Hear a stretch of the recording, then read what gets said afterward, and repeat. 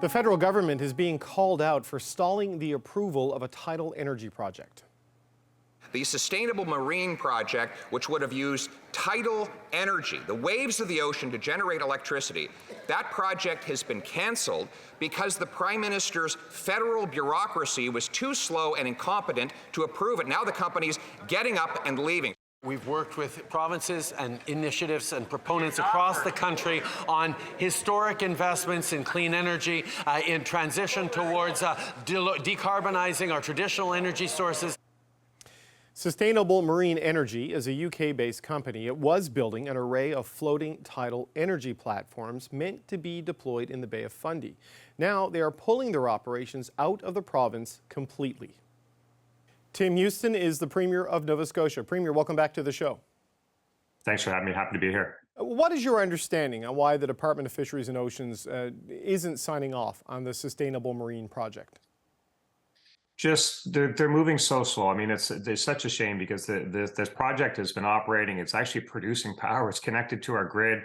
The community is, for the most part, it's never completely unanimous, but is happy with it, is supportive of the project. And now they want to move up to the next stage. So really the potential for tidal industry, for greening our grid, Nova Scotia had some of the highest tides in the world. I mean, the potential is so significant. We can't, as a country, be afraid to move forward. And I think what this boils down to is one thing. I mean, sometimes in government, you have governments that are afraid to say yes, but they don't want to say no, so they say maybe, and maybe in government speak just means give us 1,000 more studies and reports on this. But the reality is it's time for this to move forward. If the federal government wants to join us in being serious about greening the grid and producing some of the renewable energy that the world is waiting for, is craving for, we can do that in Nova Scotia. We can change the economy of this province, but also our country. It's a good thing. So the explanation I've gotten from the Department of Fisheries and Oceans, and I think they've given publicly in Nova Scotia, is that this particular project was going to be built in a fast-moving bit of water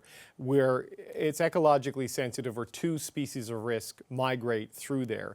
And because of the speed at which the propellers on this tidal power project would churn, it may present a risk to these species. And because of the speed of the water, it's muddy there, visibility is low, and so an effective monitoring program is difficult to implement.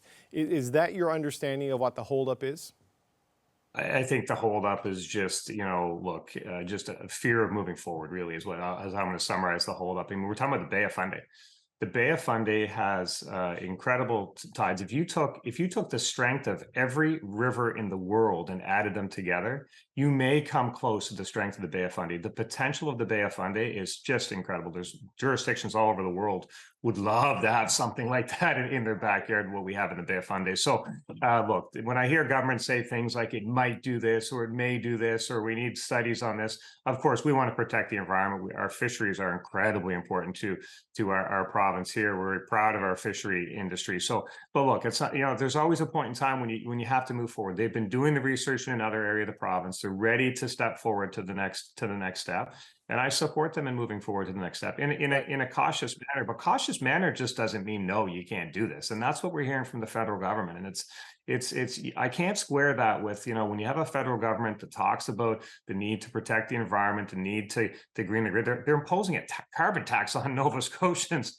That's not going to help the environment. And here we're giving them something. They're separate, but they're the same. We're giving them something that it's on a platter. And it's like, if you're serious about protecting the environment, if you're serious about greening the grid, then let's move forward with tidal and wind. And just one more thing on this, I would say, it's remarkable to me, and it says a lot about our federal government, that Canada as a country, if you think about our Canada as a country with all of our offshore and all of our coastlines, there's no offshore wind in this country, none. That's remarkable. We're not recreating the wheel here. Look at other countries. They're miles and miles ahead of us. But if the federal government wants to get serious, the potential is here in tidal, the potential is here in offshore wind. They just need to start moving. Stop saying no. Start moving forward. But they have said yes to some projects, right? The Big Moon Power project, which uses a paddle system that moves slower rather than the propeller system of the Sustainable Marine one, and is seen as less of a threat to species at risk, that has gone ahead. So they're not saying no to tidal power entirely. It's just this specific project doesn't work in this specific area. There's 5 berths, and there's been different attempts to at the Bay of Fundy. I think they spent about over a year developing a turbine that was bolted to the bottom. The water is so strong I think it lasted 8 minutes or something before just the water destroyed it, right? So then they tried another one. So look, we need to, if we're serious about greening the grid, if we're serious about tidal power, there's going to be different ways that we can approach it. And there's 5 bursts in this here that they're talking about, and 2 of them they're allowing it to go slow. But it's, look, these are new advancements. Their technology is improving, so we can't be afraid to be at the front of this. And they seem to be afraid to be at the front of this on the one hand, but very happy to be at the front of it on something like a carbon tax. So look, I just think that for Nova Scotia, we're serious about greening our grid. We show it in our legislation. We show it in the permitting process. The federal government needs to also get serious. That's my assessment. Well, they do. They put nearly $30 million into this through Natural Resources Canada to try to develop the technology. They ran into issues on the environmental assessment through DFO. So, do you know what happens to that money now? I guess, is that just a sunk cost by the federal government? And how does your grid find the 9 megawatts that this project was going to provide? Yeah, so there's I don't know the answer to the question of whether the federal government cares about the almost $30 million they invested. They should care about it. There's incredible opportunity here, but I think a lot of this rests at DFO really. And we have a couple instances here in the province where DFO is just not responsive or super slow. And I don't know. I don't know why that is. Maybe that's driven from the minister on down. But look, Sustainable Marine is a legitimate company. They've been actually producing tidal power in this province for almost a year, feeding it onto our grid. They're wanting to move to the next step of their research and development. We're in a world where research and development matters. We can be at the forefront as a country. This is an opportunity. So look, we're serious about our tidal energy. We're serious about greening our grid. We're serious about protecting the planet. And of course, we won't do anything to jeopardize our fisheries. But you can't just keep saying no to these things. You can't just keep saying maybe more studies. At some point in time, you have to have the courage to say, we're ready to move to the next step, and let's move to the next step. We can move cautiously, we can do whatever, but we can't just keep grinding things to a halt because we're afraid. Could Sustainable Marine move to the next step just in a different part of the Bay of Fundy? Not in this particular area, maybe where there's less fish activity by these various species, the inner Bay of Fundy salmon and a white shark, I believe. Is there just another part of the water that they can move to get this done? No, look, from a provincial perspective, there's nothing standing in the way of the project. I mean, we're supportive of the project, and there's nothing standing in the way of that. But it rests at the feet of DFO.